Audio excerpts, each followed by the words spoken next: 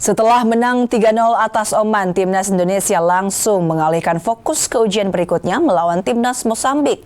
Tak hanya mengincar hasil positif, laga ini juga berpeluang menjadi panggung bagi para pemain muda untuk tampil impresif.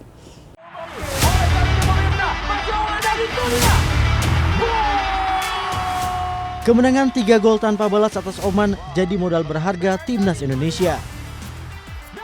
Hasil itu tak hanya memuaskan dahaga kemenangan selama 38 tahun atas Oman, tetapi juga mendongkrak kepercayaan diri para pemain menjelang laga berikutnya. Rizky Ridho dan kawan-kawan kini memusatkan perhatian menghadapi Mozambik.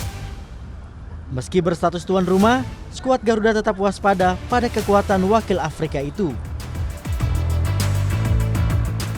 Di balik target meraih kemenangan, pelatih John Hartman juga punya misi lain, kembali memberikan menit bermain kepada pemain muda, termasuk Matthew Baker yang diturunkan perdana lawan Oman lalu.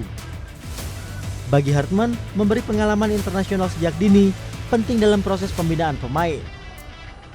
A big strategy which I've always carried with us in my international coaching to accelerate young players that show potential.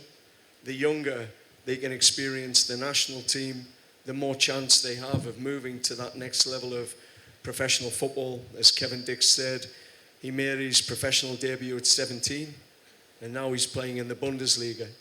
So it's an opportunity when players play internationally to get recognition.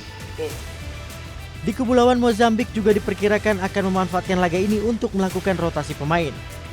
Sejumlah pemain senior dan junior diprediksi akan diturunkan ke lapangan hijau sebagai persiapan kualifikasi Piala Afrika 2027. Timnas Indonesia kontra Mozambik akan bentrok di Stadion Utama Gelora Bung Karno, Jakarta pada 9 Juni nanti. Tim Liputan Kompas TV.